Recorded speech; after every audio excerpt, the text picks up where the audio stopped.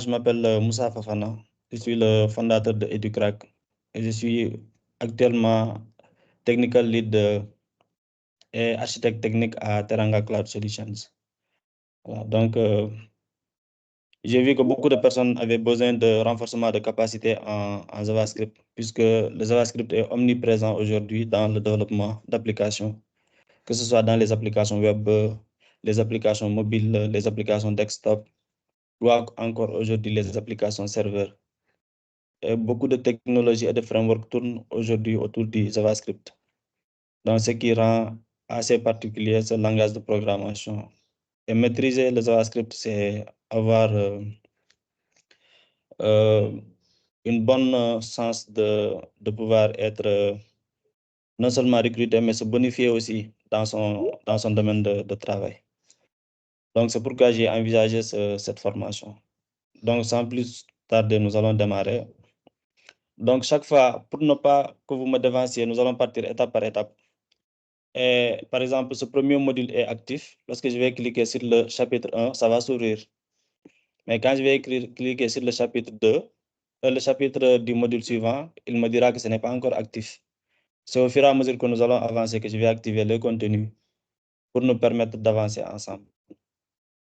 Donc, pour le contenu du cours aussi, il y a des vidéos qui les accompagnent, que je suis en train d'enregistrer. Ce n'est pas encore terminé, mais ça vous permettra, même après la formation, de pouvoir parcourir facilement le contenu du cours avec les vidéos d'enregistrement pratique. D'accord, mais nous allons nous concentrer sur ce que moi je vais vous présenter aujourd'hui en termes de pratique. Voilà, donc on peut maintenant démarrer. Voilà, donc JavaScript est un langage de programmation qui est inventé en 1995 par un certain Brendan Edge, qui travaille en ce moment dans une entreprise qui s'appelle Netscape Communication Corporation. D'accord, donc quand JavaScript a été créé, c'était destiné à être utilisé comme langage front-end. Donc, c'est un langage utilisé dans les navigateurs. Son objectif, c'est quoi?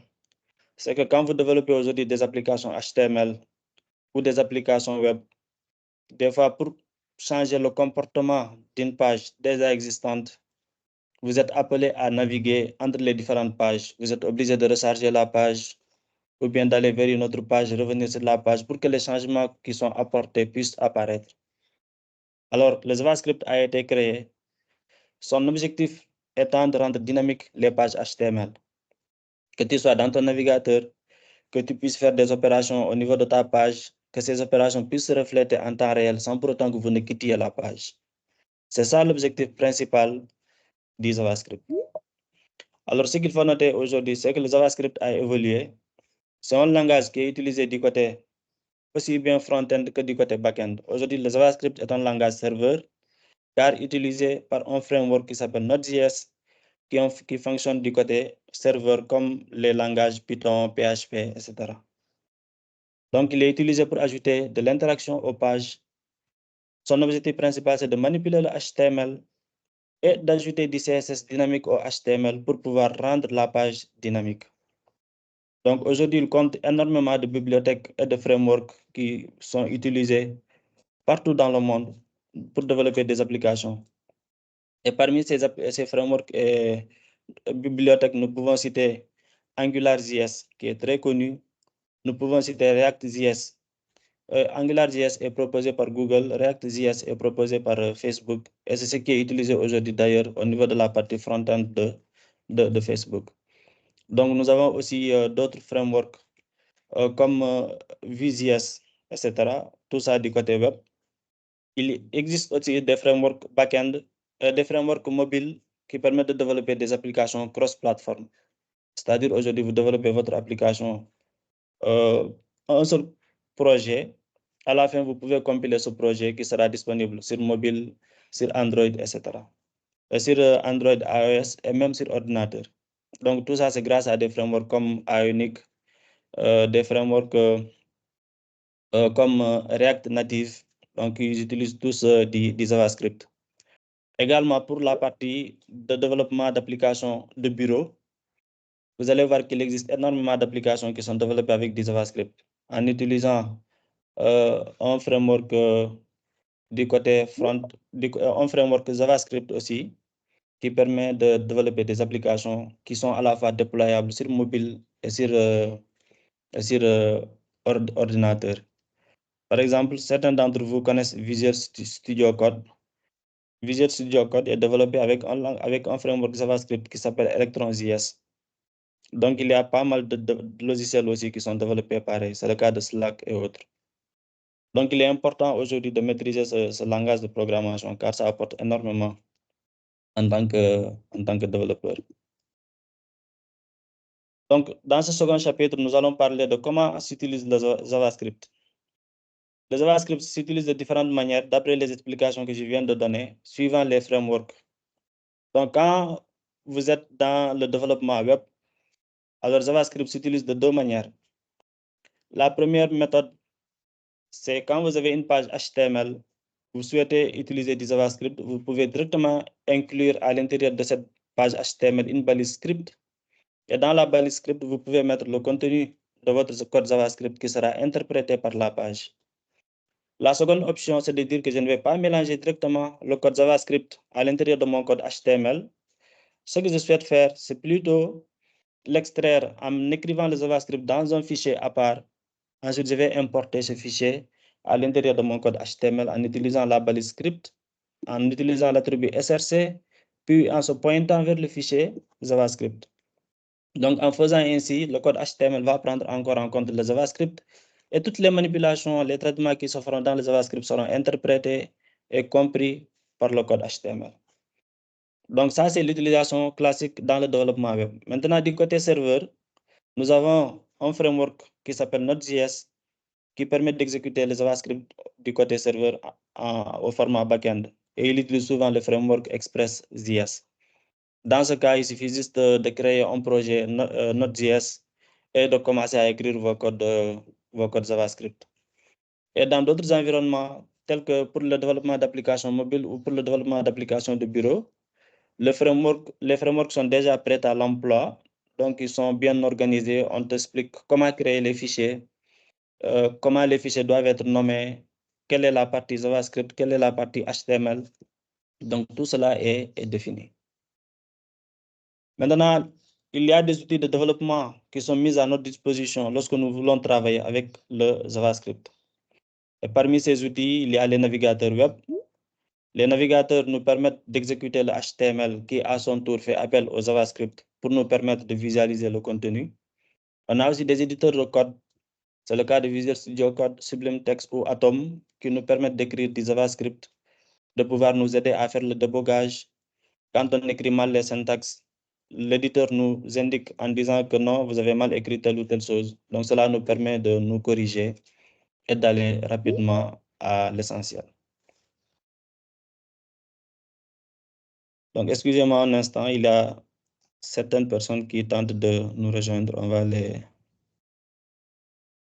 va les accueillir.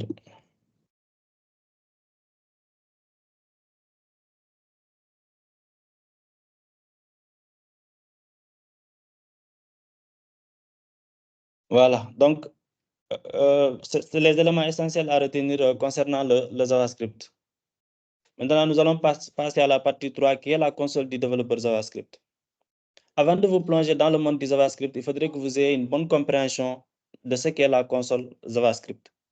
Dans la plupart des navigateurs, il y a des options de développement, on appelle les outils de développement qui sont mis à disposition des développeurs afin de pouvoir inspecter, de pouvoir suivre l'évolution de leur application web, de pouvoir mesurer la performance de ces applications.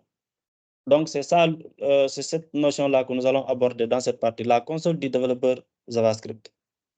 Donc, quand vous ouvrez la console, vous allez voir qu'il y a un outil déjà au niveau du navigateur. Si vous faites clic droit et vous cliquez sur Inspecter, vous serez en mesure de voir ce qu'on appelle l'outil de développement. Donc, moi, je suis par exemple dans Google Chrome. Vous allez voir qu'au niveau de la console, quand vous faites clic droit, vous allez voir Elements. Cette partie-là va vous montrer la page HTML qui est actuellement visualisée au niveau de votre navigateur. Cette page-là, il va vous présenter le contenu.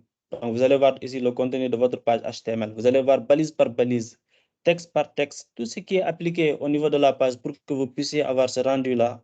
C'est ce que vous allez voir au niveau de l'onglet Elements. Ensuite, on va arriver à l'onglet Console, qui est essentiel pour un développeur JavaScript. Au niveau de cet onglet, vous allez voir toutes les erreurs qui vont se produire dans le JavaScript, qui sera affiché ici sous format de log en vous disant par exemple qu'une erreur s'est produite à telle ou telle ligne. C'est comme si c'était les compilateurs avec les langages C ou les interpréteurs avec les langages PHP ou autres. Donc, c'est au niveau de la console JavaScript que vous serez en mesure de pouvoir voir les erreurs qui se sont produites dans votre code JavaScript. Après cela, nous allons arriver à l'onglet source qui montre au niveau du navigateur, lorsque votre application est compilée avec des fichiers qui sont générés sous format de bytecode, c'est au niveau de source que vous allez voir comment le navigateur a traduit votre application afin d'avoir le rendu. D'accord? Donc ici, vous avez la possibilité de faire des pauses, de pouvoir voir les fichiers qui sont réellement retournés après compilation par le navigateur. Et vous pouvez voir tous ces contenus au niveau de l'onglet source. Ensuite, il y a l'onglet network qui est très important lorsque vous voulez savoir l'ensemble des interactions réseau qu'il y a dans votre application web. Quand vous êtes dans une application qui fait appel à un web service, c'est dans l'onglet Network que vous allez voir les appels de web service, les réponses qui sont retournées, les méthodes qui sont utilisées. Chaque fois que votre application doit faire appel au réseau, ces informations sont transcrites dans l'onglet Network. Et en plus des appels de web service et autres, on peut aussi voir les fichiers CSS qui sont chargés, le temps de chargement de chaque fichier, ce qui vous permettra aussi de pouvoir évaluer la performance de votre application JavaScript. En regardant ici, par exemple, on voit qu'il a chargé un fichier qui s'appelle textDefaultMD.css, dont la taille est 844 octets et qui a pris 19 millisecondes pour se charger. Donc, en ayant toutes ces informations, vous pouvez savoir qu'est-ce qui ralentit votre application. Est-ce que vous avez des fichiers très lourds qui font que le temps de chargement est élevé, etc. Donc, vous pourrez faire le débogage pour vous aider à proposer une application de meilleure qualité. De la même manière que j'ai parlé du CSS, il y a la partie JavaScript qui montre les fichiers JavaScript qui sont chargés. Il y a la partie font, image. Donc, vous avez tous les détails qui permettent de comprendre comment votre application web fonctionne. Après cela, vous avez l'onglet performance où vous pouvez enregistrer sur un laps de temps la performance de votre application web. Vous pouvez savoir, par exemple, ça prend combien de temps pour que l'application puisse se charger et quelles sont les différentes phases, les lenteurs qu'il y a au niveau de ce chargement.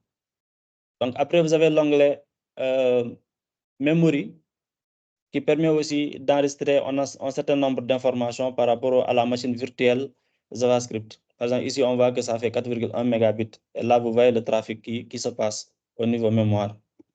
Ensuite, vous avez une partie très importante qui est application. Quand vous naviguez sur Internet, des fois, on vous propose, est-ce que vous acceptez les cookies? Donc, ces cookies sont stockés au niveau de l'onglet Application. Si vous venez dans Application, vous allez trouver cookies. C'est en même temps utilisé par les développeurs pour pouvoir stocker les codes de session. Par exemple, quand vous vous authentifiez aujourd'hui sur une application web, vous pouvez stocker l'ensemble de certains identifiants comme les tokens ou bien certains éléments de configuration dans le local storage. Ce qui fait que même si la personne ferme son navigateur, son ordinateur, rouvre encore, certaines informations sont déjà enregistrées et des fois, c'est des éléments de configuration. Par exemple, si aujourd'hui, sur EduCrack, moi, je voudrais que chacun puisse personnaliser le code couleur de sa page. Certains choisiront le vert, certains choisiront le rouge. Donc, c'est des informations que je pourrais stocker dans le local storage. Comme ça, chaque fois que l'application va se recharger ou que la personne va se positionner sur l'application, je vais aller interroger le local storage et récupérer le code couleur que la personne a défini, que je vais ramener dans mon application. Maintenant, on pourra leur donner aussi des durées de vie séparées pour les sessions, les IndexedDB, qui permettent d'avoir des bases de données locales sur votre navigateur. Vous êtes aujourd'hui en mesure de pouvoir développer des applications web qui n'ont pas besoin de bases de données en utilisant soit le IndexedDB ou bien d'autres méthodes de stockage.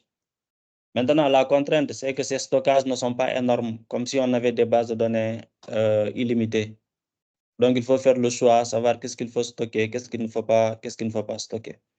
Donc, cet onglet aussi est assez important. Il y a énormément de fonctionnalités. Vous pourrez les découvrir après. Après, nous avons la partie sécurité qui permet de mesurer la sécurité de notre application. Nous avons Lighthouse pour ceux qui utilisent Google Chrome.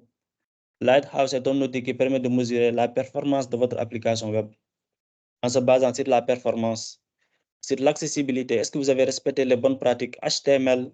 Vous avez bien organisé vos éléments avec l'accessibilité? Est-ce que vous avez respecté les bonnes pratiques? Est-ce que le référencement naturel est respecté?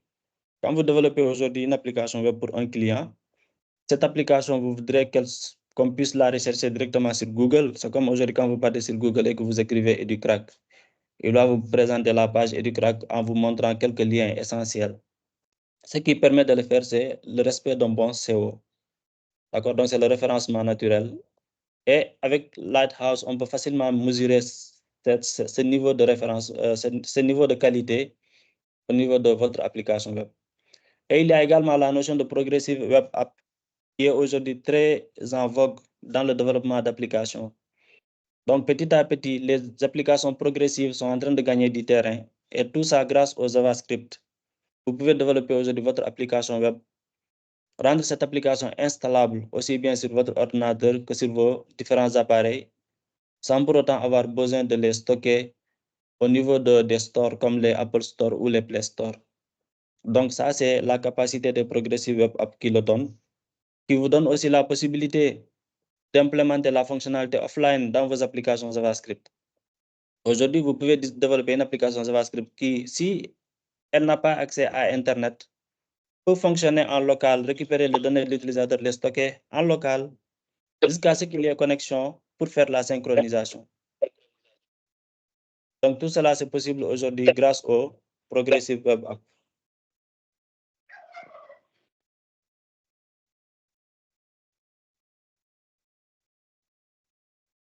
Voilà, donc ensuite, vous avez les recorders et les Performance Insights qui permettent aussi de mesurer toutes les performances. Mais nous allons nous intéresser beaucoup plus à l'onglet console. Oui, Zach?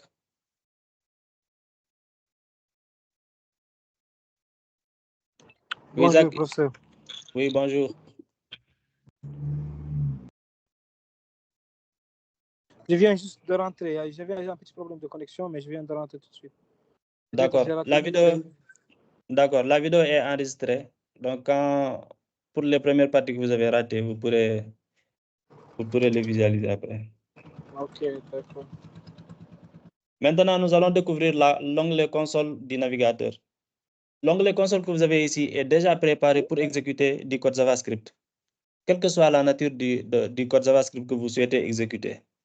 Ici, par exemple, je vous ai montré quelques méthodes utilitaires comme console.log qui permettent d'afficher. C'est comme ceux qui utilisent du PHP en utilisant dump ou certains qui utilisent du JavaScript en utilisant console pour le débogage.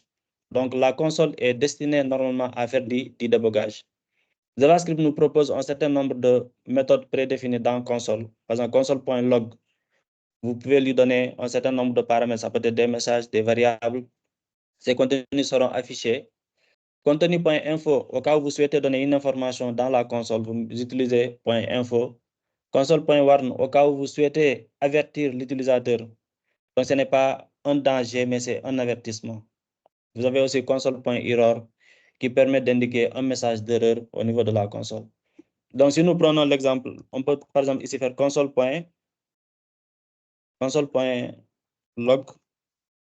Là, par exemple, on met bonjour. Quand vous compilez, vous allez voir directement au niveau du navigateur qu'il est écrit bonjour. Donc, ça, c'est le message qui est retourné par la console. Et la force de console, c'est qu'on peut lui passer directement plusieurs paramètres en utilisant par exemple je peux encore lui passer une autre chaîne de caractères ici. Quand vous les affichez, vous voyez, il vous donne directement bonjour 2 ici. De la même manière que vous avez console.log, vous pouvez utiliser console.error pour afficher un message d'erreur. Donc ici, j'ai mes messages d'erreur.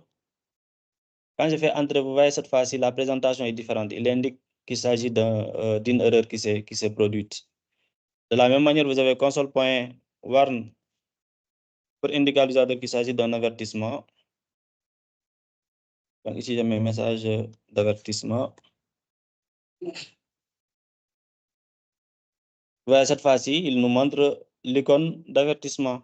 De la même manière que nous avons nous avons aussi console.info qui permet d'indiquer à l'utilisateur qu'il s'agit d'une information. OK. Vous avez aussi console.table qui permet d'afficher un tableau au cas où vous avez un tableau, mais nous n'allons pas anticiper pour cette partie parce qu'il faut d'abord avoir des connaissances de base en JavaScript avant d'approfondir. Mais de la même manière, vous avez console.assert qui permet d'asserter si deux valeurs sont égales. Par exemple, aujourd'hui, vous êtes en train de faire du développement. Dans votre code, vous vous attendez à une valeur donnée. Vous pouvez demander à la console de vérifier est-ce que la valeur qui est retournée est conforme à la valeur attendue. Donc, dans ce cas, vous pouvez utiliser console.assert en lui donnant une condition. Par exemple, quand j'ai dit console.assert 2 égale 2, normalement, ça, c'est une condition d'assertion. Mais là, nous n'avons pas de variable. On a directement utilisé des valeurs spécifiques. D'accord? Donc, la console du développeur est utilisée pour profiler les performances du code JavaScript et identifier le goulot d'étranglement, ce qui vous permet d'avoir une très bonne maîtrise de votre programme, de pouvoir suivre les erreurs, parce qu'avec les méthodes que je viens d'indiquer, c'est comme ça que vous allez faire pour visualiser dans votre application quelles sont les erreurs qui se sont produites afin de les corriger à l'avance, avant même d'envoyer l'application en production pour les clients. Alors, pour les méthodes JavaScript, nous avons parlé de console.log, console.error, console.warn. On a également la possibilité de mettre des breakpoints dans notre application JavaScript. Par exemple, vous savez que le JavaScript est exécuté du côté du navigateur. On peut vouloir, par exemple, que lorsque l'application s'exécute ici au niveau de source, on veut, par exemple, que lorsque l'application arrive ici, par exemple, à vue pour un prototype, que l'application puisse s'arrêter de s'exécuter. Donc là, par exemple, on peut créer ce qu'on appelle des breakpoints. Vous voyez, remove breakpoint, edit breakpoint, donc disable breakpoint. Si vous mettez ici un breakpoint, dès que l'exécution du code JavaScript va arriver à ce niveau dans le navigateur, l'exécution va s'arrêter. Donc cela vous permet de faire des débogages progressifs. Une erreur s'est produite dans votre code JavaScript, vous ne savez pas à quel niveau l'erreur s'est produite, alors vous pouvez utiliser cette approche qui vous permet de gérer et de visualiser à chaque étape d'exécution où est-ce que vous en êtes, est-ce que l'erreur a été toujours résolue ou pas. OK, donc c'est ça l'objectif des breakpoints. Ensuite, vous avez console.assert dont on a parlé tout à l'heure. Donc, l'instruction debugger permet d'être isolée, peut être insérée dans le code pour arrêter l'exécution à un endroit donné. De la même manière que vous pouvez venir dans votre code JavaScript, dans le navigateur, ajouter un breakpoint. De cette même manière, vous pouvez utiliser la syntaxe debugger dans votre code pour qu'une fois arrivé là-bas, que le code lui-même puisse s'arrêter.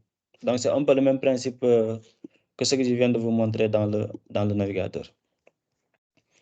Donc, nous venons de terminer le module sur l'introduction à JavaScript.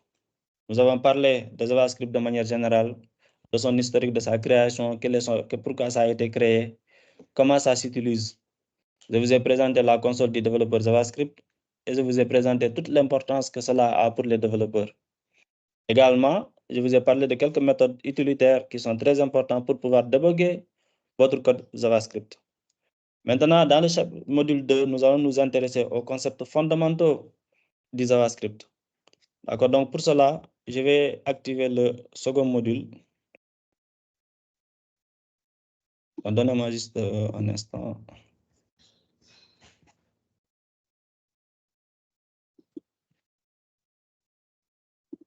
Voilà. Donc là, nous allons nous intéresser au type de données. Mais avant d'arriver au type de données, dans la partie théorie... Monsieur, oui. moi, je ne vois pas votre écran.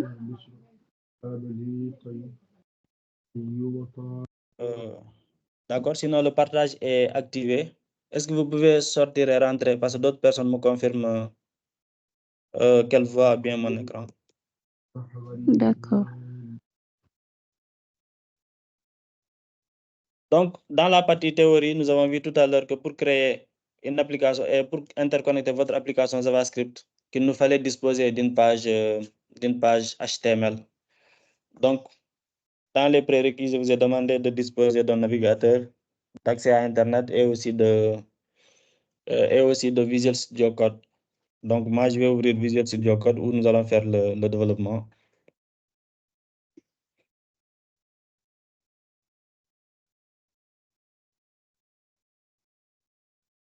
Voilà, donc là, j'ai ouvert l'onglet du navigateur où nous allons faire la démonstration en temps réel et la partie Visual Studio Code qui nous permettra de développer notre programme. Donc, avant d'attaquer le second module, surtout le chapitre sur les types de données, nous allons d'abord créer notre page HTML qui sera associée à notre code pour qu'on puisse faire directement les débogages. C'est vrai que même pour ces parties-là, on a la possibilité de les faire directement dans la console, comme je vous l'avais montré. Par exemple, ici, on vous parle des types de données, var âge égale 30. Avant de vous expliquer les détails, je vous montre d'abord comment ça peut marcher ici. Ouais, donc quand vous faites comme ça, là, je viens de déclarer une variable. Maintenant, il dit que je ne peux pas utiliser ici le mot-clé var parce qu'il y a certaines contraintes qu'il faut respecter. Maintenant, pour éviter ces désagréments, nous allons créer d'abord un dossier de projet. C'est à vous de voir où est-ce que vous souhaitez positionner votre dossier. Le JavaScript peut s'exécuter quel que soit l'emplacement que vous lui donnez. Donc, à vous de choisir au niveau de votre machine, dans quel répertoire vous souhaitez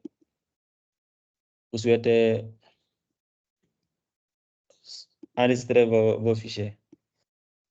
Donc, excusez-moi un instant, je souhaite enlever ça.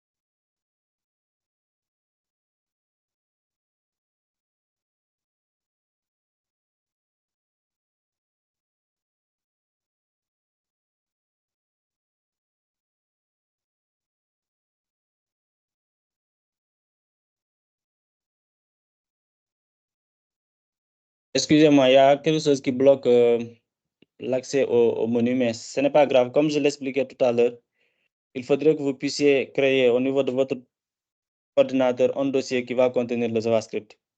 Donc, pour moi, j'ai créé un dossier qui s'appelle tutorial, à l'intérieur duquel je vais créer un dossier JavaScript qui va contenir le tutoriel JavaScript. Vous pouvez positionner ce dossier où vous voulez sur votre machine. Ça continuera à fonctionner. Donc ici, je vais ouvrir ce dossier JavaScript et je vais créer un nouveau fichier. Ce fichier sera du HTML. Je vais l'appeler index.html. Donc, en créant le fichier index.html dans le dossier JavaScript, vous allez voir que le fichier est là. Je vais mettre à l'intérieur un code de base qui permet de générer un code de base HTML. D'accord? Parce que le HTML, il y a un certain nombre de balises qu'il faut utiliser comme on a l'habitude de le faire lorsqu'on veut faire du développement. Donc, par exemple, ça, c'est un code basique de code HTML avec la balise HTML, avec le head qui contient les informations d'entête et le body qui contient les informations de corps. Et si vous souhaitez aujourd'hui exécuter cette application, il faudra ouvrir l'emplacement du projet sur votre ordinateur et identifier le fichier index.html que nous venons de créer, ce fichier index.html. Ensuite, vous l'exécutez. Moi, par exemple, je vais cliquer sur Rival in Finder qui permettra d'ouvrir directement le fichier à l'intérieur de mon ordinateur. Et quand je double-clique sur le fichier, là, il va me l'ouvrir automatiquement. Vous voyez ici, dans le HTML, j'ai Home et j'ai Welcome to the Homepage. Donc, ce sont les deux messages qui sont là. OK. Donc, tout à l'heure, dans la théorie, je vous ai expliqué que pour pouvoir exécuter du JavaScript, vous avez deux options. Soit vous venez dans le code, vous utilisez la balise script à l'intérieur duquel vous pouvez écrire tout votre code JavaScript. Comme vous pouvez décider de créer à côté un fichier, par exemple ici, on peut créer un fichier main.js. Donc, l'extension des fichiers JavaScript, c'est .js. Donc, quand vous créez un fichier main.js, vous pouvez inclure ce fichier à l'intérieur de votre code HTML en utilisant l'attribut src en vous pointant ensuite sur main.js. Donc, en faisant comme ça, vous pouvez aussi écrire tout le code JavaScript que vous voulez dans ce fichier et le fichier sera pris en compte par le code HTML. Donc, ce sont les deux approches que vous avez. Soit vous écrivez le code JavaScript directement à l'intérieur de votre code HTML, soit vous l'écrivez dans un fichier JavaScript externe que vous pourrez ensuite inclure dans votre code HTML. Maintenant, ici, pour vérifier que ça marche, je vais faire ici par exemple console.log hello world. Donc normalement, ici, on est censé voir au niveau de la console du navigateur un message hello world. Donc pour pouvoir visualiser ce message, je vais faire clic droit, cliquer sur le bouton inspecter, aller sur l'onglet console. Et là, lorsque je vais recharger la page, vous voyez bien que le message hello world s'affiche. Et il nous dit clairement que c'est à la ligne 11 du fichier index.html que le code s'est exécuté. Maintenant ici, j'aurais pu faire un autre message ici en mettant console.log hello world from main.js. Ici encore, quand je vais exécuter la page et rafraîchir, vous allez voir que hello world from main.js apparaît. Donc cette fois-ci, on voit bien que le fichier main.js, son contenu est bien pris en compte dans notre page HTML. D'accord, donc ça, c'est les deux informations clés que nous avons vues dans la partie théorie tout à l'heure lorsqu'on parlait de l'inclusion du JavaScript dans les applications web. Maintenant, ce qu'il faut noter, c'est que comme tout langage de programmation, JavaScript, son objectif, c'est de développer des logiques complexes. Et pour développer ces logiques complexes, il y a des notions de cohérence. Nous déclarons des variables que nous manipulons. Alors, ces variables ont des types spécifiques. C'est ça qui permet d'ajouter de la rigueur en programmation. Quand moi, je demande, par exemple, d'ajouter 17 au prénom d'une personne, est-ce que le résultat sera une chaîne de caractères ou bien est-ce que ce sera un nombre? Ouais, donc, tout ça, c'est important. Les navigateurs, les langages de programmation les prennent en compte. C'est la raison pour laquelle, ici, dans notre cas, JavaScript nous propose des types comme number qui permettent de stocker des nombres. Ce sont des entiers et des nombres à virgule flottante. Différent de certains langages de programmation où on a un typage beaucoup plus strict. On a les nombres flottantes qui sont séparés des nombres entiers, même les nombres courts qui sont séparés des nombres longs. Dans JavaScript, tout ce qui est nombre, que ce soit à virgule ou non, on utilise le type number. Pour les chaînes de caractères, c'est string. Pour les variables booléennes, vous avez des conditions dont le résultat est vrai ou fausse, true ou false. Vous utilisez le type booléen. Vous avez le type nul qui renvoie une valeur nulle ou vide. Vous avez le type undefined qui représente une variable non initialisée. Lorsque vous déclarez une variable et que vous n'avez jamais stocké de valeur à l'intérieur de cette variable, alors cette variable est à l'état undefined. Ou encore, quand vous tentez d'accéder à une variable qui n'existe pas, JavaScript va vous retourner le type undefined. Ça signifie que c'est indéfini. Donc, vous avez ensuite les types objets qui représentent une collection de données et de fonctionnalités. Nous allons voir les objets. Il y a aussi les tableaux qui vous permettent de créer une collection ordonnée d'éléments. Et enfin, vous avez les fonctions qui sont aussi des types en JavaScript qui représentent un bloc de code réutilisable pouvant être appelé et exécuté. Nous viendrons aussi en détail sur les fonctions. Alors, comment se déclarent les variables en JavaScript? En JavaScript, vous avez trois manières de pouvoir déclarer des variables en utilisant les mots-clés var, let et const. Quand le JavaScript a été créé, c'est le mot-clé var qui a été utilisé pour pouvoir déclarer des variables. Ensuite, dans les versions récentes, il y a l'introduction de let et const. Okay. Dans le SMA ES6, donc c'est le JavaScript de SMA 6. Donc, qui ont une portée de bloc plus précise et une organisation de valeurs immuables respectivement. Nous allons voir aussi ces notions en détail.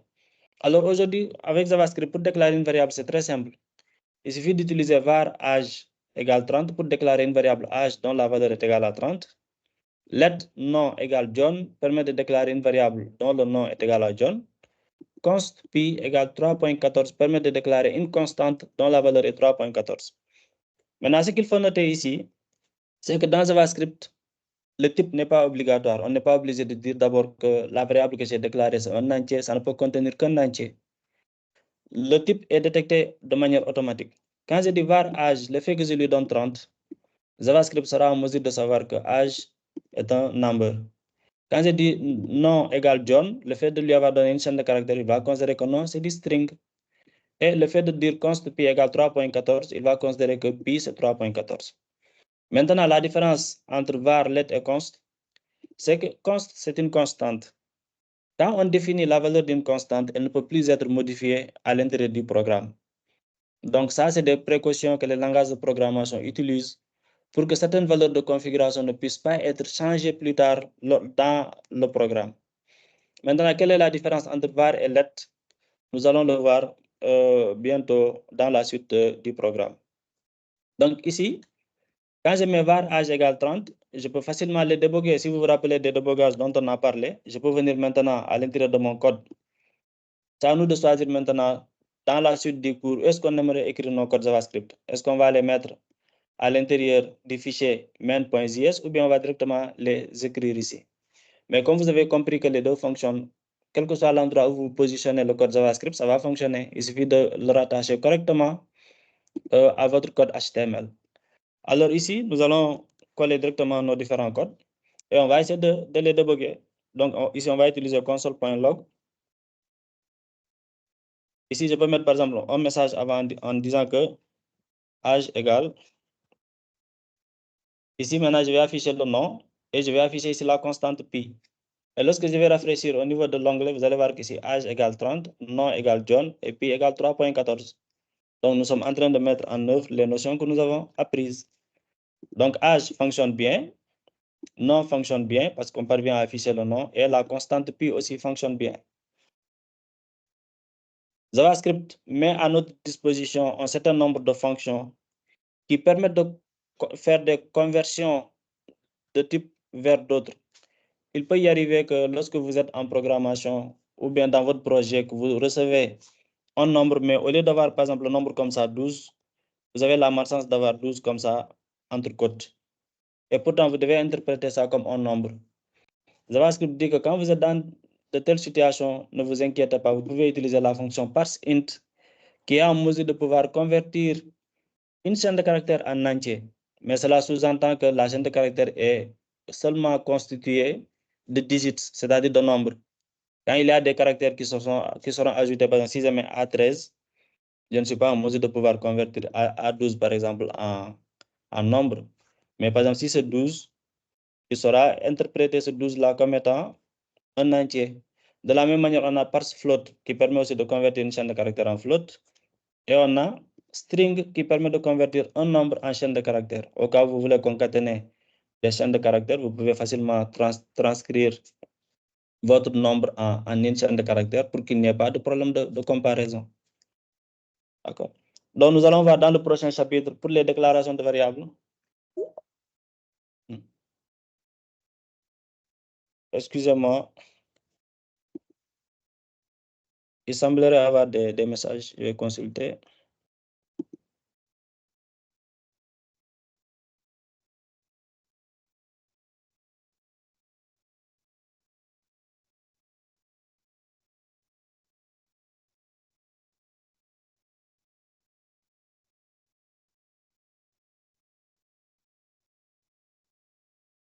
Donc, merci pour la question.